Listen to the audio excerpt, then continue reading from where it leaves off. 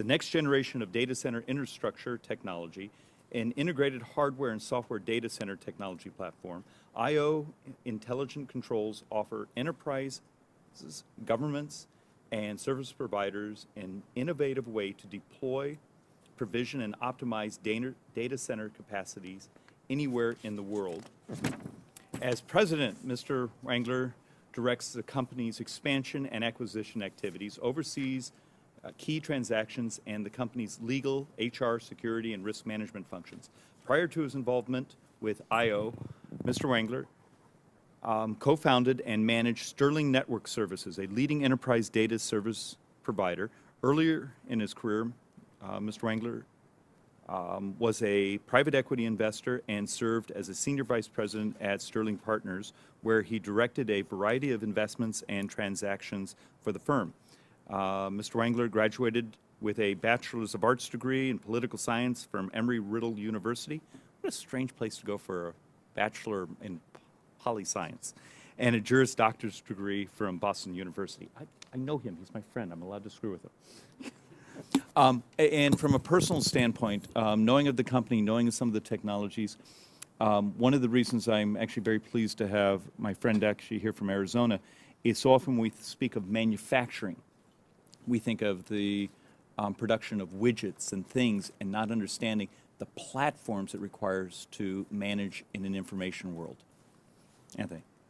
I owe a great thank you to my co-founders and partners, George and Bill Slessman, and our financial backers who've been steadfast. We built this business from the ground up, no employees, and we started with a Costco folding table in the first day of January 2007. So it's been an interesting several years.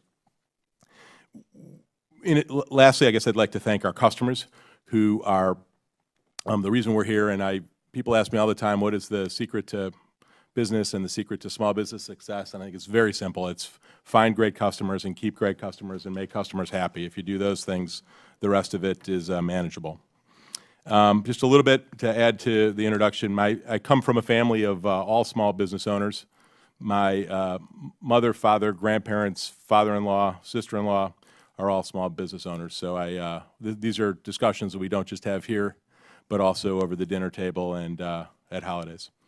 About IO, just to give you a little bit of background, we're a manufacturer of modular data centers, and we're a leader in the software-defined data center industry. I brought an image over there. We build very large-scale building blocks that can be used and combined to create the data center capacity that a given company needs, from the very small all the way through large global giants. Our technology can be used to deploy, provision, and optimize so-called clouds. We hear a lot about the cloud in the news. The cloud really ultimately is a series of servers and storage devices that are connected to the internet. And the demand for these services is substantial and growing. Our customers are industry leaders in everything from financial services, education, entertainment, healthcare, retailing, and more. I'm very proud to say that our products and technology are made in the USA. We manufacture our data center modules in Chandler, Arizona. We recently doubled the size of our factory from 2 lines to 4 lines. And in addition, we employ a great deal of technical specialists, including software developers. So all of our physical hardware is software defined and software controlled by the operating system that we developed in a proprietary fashion, and which again we believe to be industry leading. I'm very proud to say that we have a substantial number of U.S. patents both issued and pending, and that every day we go to work we wake up to please our customers and to innovate, to find better solutions to the problems and help our customers solve those problems. A recent item of note, the company is very pleased that we are now an exporter. We just landed our first IO Anywhere modules in Singapore. We sent around on Twitter a picture of the modules literally hitting the dock earlier this month, and that was a proud moment for us to see great high technology products going from the U.S. to Asia and the rest of the world. We employ a workforce of approximately 385 people. The joke was that I'm very pleased to be able to appear before you today, but in a year or so we might exceed 500 employees because we are scaling rapidly, and we have added about 100 employees this year already. Most of that was attributable to the expansion of our manufacturing operation. We both sell our modules, our IO Anywhere modules, to customers directly where they deploy them, and we also operate them for our customers as a service, and we do so in data centers in Arizona, New Jersey, and Ohio, and as mentioned, soon in Singapore. Our corporate headquarters is located in Phoenix, Arizona, and I think it's an important point that not only do we directly employ these folks, but we have an ecosystem of terrific partners, who, supply chain partners and installation partners and other folks. And so when a small business is able to succeed and grow, I think we're able to take a lot of folks along with us, not just our direct employees, but also the folks that work with key partners. Having done this, I've personally, in expansion, have traveled a great deal and been able to see how much of a hunger there is for American-made products and technology. We're leaders in the IT and internet infrastructure industry, and IO's proud to be a part of it. Mr. Wanger, now, Jobs Act last year also had the emerging growth company part of it. So if you ever chose to go public in the next couple of years, do you believe you would fit into that portion of the Jobs Act? Yes, I do. My understanding is that we would be right within the definition of the emerging growth company definition of the Jobs Act. And have you, as an organization, thought about what that might do to your ability to hire people and create jobs and create, that platform of economic growth? We have. I mean, ultimately, we compete against very, very large companies, and one of the advantages they have, besides their access to capital, is also their ability to provide stock options and equity ownership and some of those items. So the ability to streamline a process, to test the market, and to do those things would be very beneficial. As you've had amazingly rapid growth, and I'm elated to have you as part of my community. But with that, what are the bottlenecks that are hitting you? And what do you think we as policymakers should take on that would be helpful?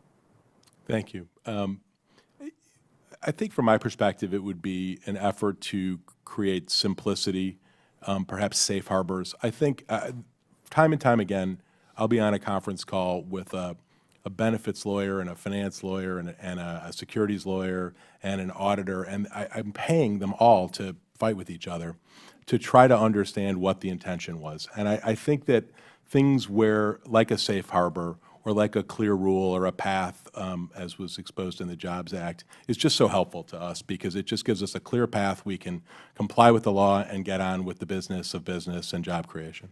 All right. With that, I pass over to the ranking member, Ms. Kester. Thank you very much, and thank you, Mr. Chair. And I want to thank all of you as witnesses for taking the time as small business owners to come down and be with us in Washington today. My questions are focused, and I'm so impressed, by the way, with all of your companies. Mr. Wanger, you're setting records here on job creation, so Congress needs to take note. We all were elected to create jobs, and I thank Mr. Mittler for his comment that Congress should be a sensible partner with business, and I agree with that approach. My question is in the area of workforce development, and I guess I'll start with you, Mr. Wanger. Have you had any difficulty with this level of growth in terms of the skills?